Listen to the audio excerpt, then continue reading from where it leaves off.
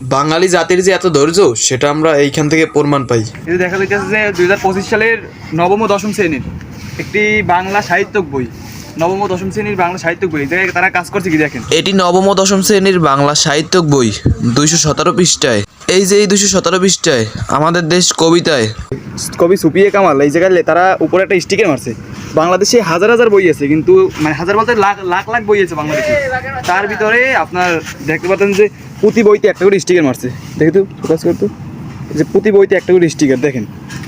তাই এইটার নিচে হয়তো বা লেখা ভুল ছিল, আমি উঠেই দেখাইতেছি অল্প একটু। এর নিচে মনে হয় লেখা ভুল হয়েছে। আসলে এই জায়গায় লেখা ভুল হয়েছে। আর অল বাংলাদেশে লাখ লাখ বই আছে, আর তারা প্রতিটা বইতে একটা করে স্টিকার মারছে। তাইলে বোঝেন তাদের কত ধৈর্য। দেখেন এই জায়গায় স্টিকার উঠানোর পর দেখা যাইতেছে কি লেখা, এই যে দেখেন এই জায়গায় লেখা সুপিয়ে কামার, আর আগে ছিল যে মানে আগে ছিল সুপিয়ে কামার লেখা ভুল হয়েছিল, তারপর সুপিয়ে কামার লেখা ছিল, কিন্তু এখন তারা সংশোধন করে তারপর লেখছিল সুপিয়ে কামাল।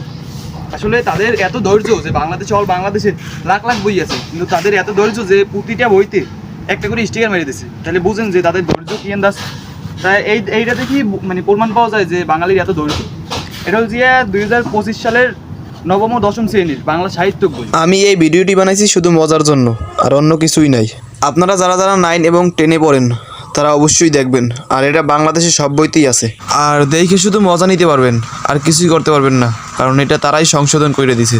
এই যে অল বাংলাদেশের সব বইতেই আছে। আমি স্টিকারটা উপর থেকে তুলে ফেলাইছি, তাই এইখানে লেখা সুপিয়ে কামার, আর তারা সংশোধন করে আবার সুপিয়ে কামাল লেখা দিছে।